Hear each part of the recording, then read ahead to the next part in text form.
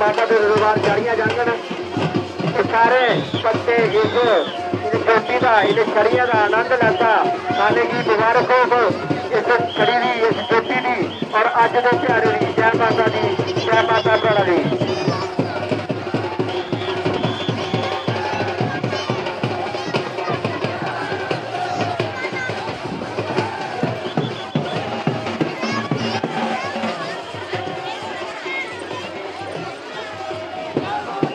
जय माता दी जय माता दी। जेड़े कोई श्रद्धालु संत जेड़े कोई माता दे लंगर च कोई अपना सेवा देना चाहते हो तो वो इतने अनाउंसमेंट काउंटर उपर आइए अपनी सेवा कर सकते हैं। जय माता दी।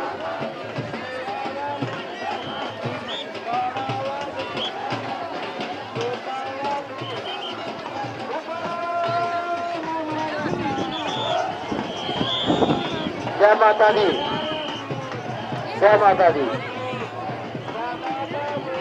जेड़े जेड़े श्रद्धालु दर्शन कर चुके ने माता के दरबार से माता दियां जोतां दे उनके अगे पुरजोर अपील है कि उन्होंने मेहरबानी करिए प्रस्थान करन लंगर छकन और अपने अपने घरों की प्रस्थान करन।